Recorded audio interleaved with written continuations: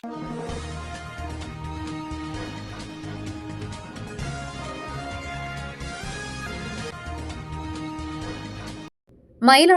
வணிகர்கள் கடையடைப்பு போராட்டம்.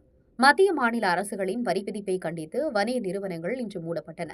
மத்திய அரசு கடைகளின் வாடகைக்கு 18% ஜிஎஸ்டி வரி விதிக்கும் புதிய நடைமுறையை கண்டித்தும், தமிழக அரசு ஆண்டுக்கு 6% சொத்து வரி உயர்வு செய்துள்ளதை திரும்பப் பெற வலியுறுத்தியும், தமிழக அரசின் வணிக உரிம கட்டண உயர்வை ரத்து செய்ய கோரியும், தொழில் வரி உயர்வை கண்டித்தும் மயிலாடுதுறையில் இன்று வணிகர்கள் கடையடைப்பு போராட்டத்தில் ஈடுபட்டனர்.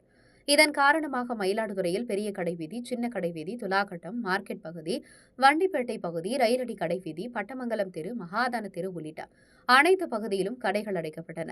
மயிலாடுதுறை நகரம் முழுவதும் 500க்கும் மேற்பட்ட கடைகள், வணிக நிறுவனங்கள் அடைத்து தங்கள் எதிர்ப்புகளை மத்திய மாநில அரசுகளுக்கு தெரிவித்து வருகின்றன. மேலும் இன்று பிற்பகல் பேரணியாக சென்று மாவட்ட ஆட்சியர் அலுவலகத்தில் கண்டன ஆர்ப்பாட்டம் நடத்துவதுடன் கோரிக்கைகளை மாவட்ட ஆட்சியருக்கு மனுவாக அளிக்கின்றனர். இதன் காரணமாக மயிலாடுதுறை கடைவீதி வெறிச்சோடி காணப்பட்டது. மயிலாடுதுறை மாவட்ட செய்தியாளர் இளஞ்செழியன்.